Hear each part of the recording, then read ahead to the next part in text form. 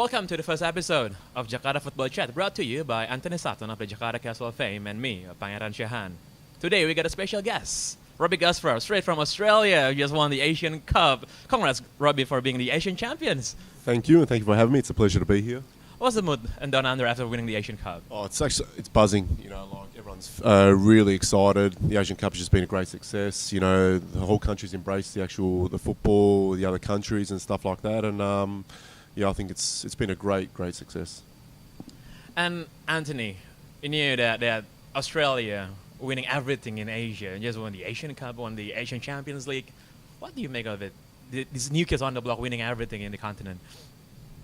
I think it's wonderful. I think, you know, you've got this Australians are coming on. You know, we know what the Australians' passion is for sport, don't we? You know, you grow up playing sport. It's what you do. You know, many kids play with PlayStations in Australia. They get a ball and kick a ball around somewhere, no matter what the shape of the ball is.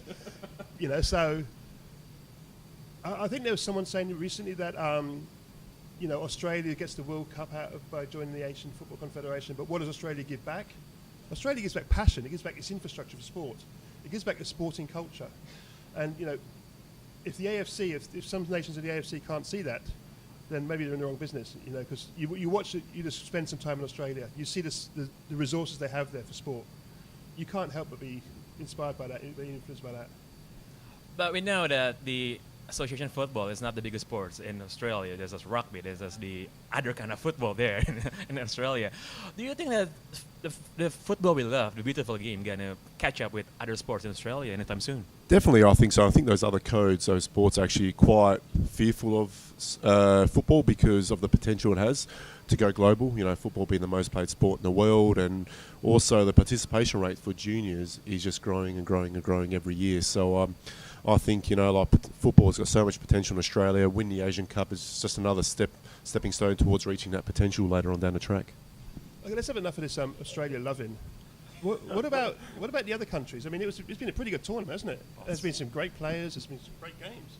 It's been fantastic. Like I saw, you know, a couple of games, not Australian games. I saw Iraq versus South Korea. I saw Saudi Arabia versus North Korea. And the standard football is fantastic, you know. So I think, you know, all of Asia's football is growing and they're improving in all facets of the game. Interesting you're saying how it's improving and it's growing. We're in Indonesia. Where played here 10 years. We don't recognize any improvement and growing here in Indonesia, right? You played it for 10 years, Robbie. You tell us what improvements you've seen. For the first 5 years I was here, the improvements were sort of fantastic. You know, every year the game was moving forward and forward and forward. But then when the breakaway league came in, I think it set the country back at least 5 to 10 years. And what's the prospect of our national team? We know that in the AFF Championship, the team crash in the group stage. So, Robbie, did you follow the tournament there? Yeah, I was following, and I think your national team reflects your national competition. So you see the likes of Malaysia doing well and Thailand doing well. You see their local competitions are doing very well. So I think it reflects on the national team. What did you think about the? Let's go back to the squad that Indonesia took to Hanoi. I mean, I saw some games at Pangeran. He saw some games as well. I was there, yeah. You know, what do you think about the squad that Indonesia took there? It was experienced. I think, you know, hopefully the coach, he picks the best squad on offer. So if he picks a lot of experienced boys, that's up to him. You know, sometimes he might have his job on the line, so he's picking experienced boys because he's trying to look after himself. So it takes a very courageous coach to pick a lot of young kids to play in the tournament because, you know, at the end of the day, your job's on the line, and we know how cutthroat the industry is here for coaches.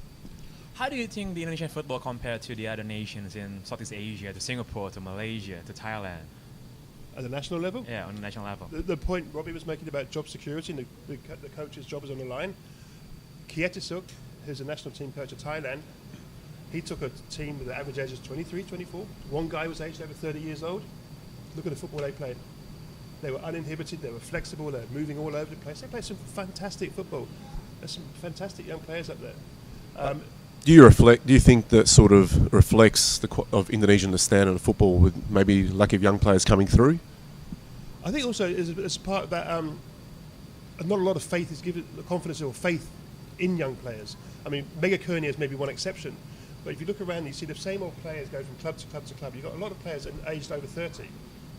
No disrespect, Robbie, who are basically waiting for the next club to come along, and there's a reluctance, I think, to go with young players. And you have, for example, Shamsul Arif. He's now on everyone's lips. But, you know, if you go back 5, 6, 7 years, he was doing great stuff with Percival Bojanogoro. He was an excellent player then. And then, like, he goes to Persila, he goes back to Percival, he goes to Persila, and nice little journey there for him from East Java. But he was overlooked at the national team level. The big clubs weren't ready to take a punt on him. I think also because in Indonesia, your contract's usually only one year. So, and after that 1 year, was just looking for another club. So I think if these clubs can offer 2-3 year deals, where the players actually feel secure, you know, they're actually getting paid on time as well, then, you know, you might see an improvement in the game as well. And for the young guys as well, they learn, all right, listen, I've got 2 years to develop, you know, the clubs that can develop their players, and I think the game will improve. One last quick question. What should be the most realistic objective for the Indonesian national team in the near future, you think, Robbie? Well, that's a difficult question. I just think, you know, they should look, say, 5-10 years down the track. You know, like they always put 5-10 year programs in, but maybe after a year or two they scrap those programs. I think they just got to sort of look at the end goal. The end goal is, okay, win the AFF Suzuki Cup in, say, 2-3 years, qualify for an Asian Cup, and then later on down the track hopefully qualify for a World Cup. Talking about young players, we've got the SEA Games coming up this year, of course, and that's a very important trophy which the country comes to a standstill for almost. Certainly the league does. They cancel the league games for it. But if you look at the players in the training camp, there's no Andik Vermansha, there's no Patrick Wango, there's no Ferdinand Sinaga. Now, maybe those guys are borderline for the age group, but they weren't even involved last year in the ASEAN Cup. So these are some of like the most exciting players that Indonesia's produced in recent years, and they're not being called up for the national team. What's all that about? Anyone know?